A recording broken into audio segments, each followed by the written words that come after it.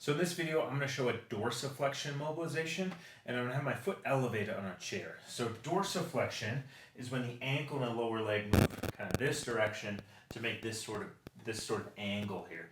Really important to have good dorsiflexion for running, walking, hiking, up and down stairs, a lot of different things, but it can be stiff in a lot of people. So what we're going to do is we're going to get foot up on a chair or bench, coffee table, whatever you have. And then I'm going to get a weight if we have one. If you don't have a weight, I'm going to show an option with no weight. And I'm going to put some downward pressure here. Okay, the downward pressure I found just helps to make it a little more comfortable. And then what I'm going to do is I'm going to rock forward. And as I rock forward, the downward pressure is now putting what's called overpressure into this joint. And then I'm going to come out. I'm going to hold about 3 to 5 seconds and then come out. So there's a little bit of rhythm to it. Joints tend to like that. Okay, one other thing that we're doing here is I want an active muscle contraction. So there's a muscle right here in the front of your shin called the anterior tibialis. It kind of pulls into dorsiflexion.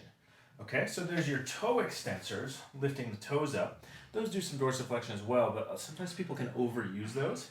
I want to get the anterior tibialis, which would be lifting the foot up without using my toes. So you just practice that. But once I'm here, I can't really lift my foot up, but I still want to engage this muscle.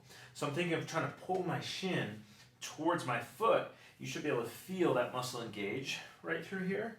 And I'm going to do that as I go into the stretch and then let it relax. Engage into the stretch and let it relax. That can help just to get some active motion to normalize what the joint is doing and maybe get a little more range. Okay, so I want that active contraction.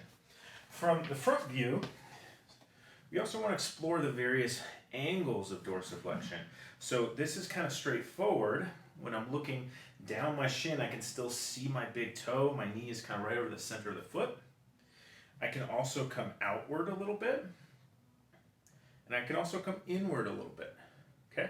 And we want to restore motion in all of those planes. And so I'll kind of come out for a couple reps. I'm still pulling with that anterior tibialis.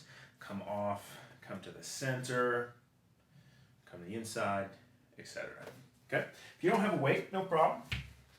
We're going to come up here. I'm just going to put pressure downward with your hands. The weight's nice because then I don't have to be kind of hunched over here.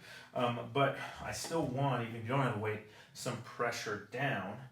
And then I'm going to do otherwise the same thing. And I'm putting a pretty good amount of pressure. The ankle joint is definitely a durable joint, and so if it's stiff, it can take sometimes a fair amount of force in order to mobilize it. But again, I don't want pain. You might feel some pressure here, which should be comfortable, and then I want that active engagement, which should be comfortable but feel maybe like a little bit of work. Okay? Typically I'll do this for about 2-3 minutes and then kind of shake it out. You can retest.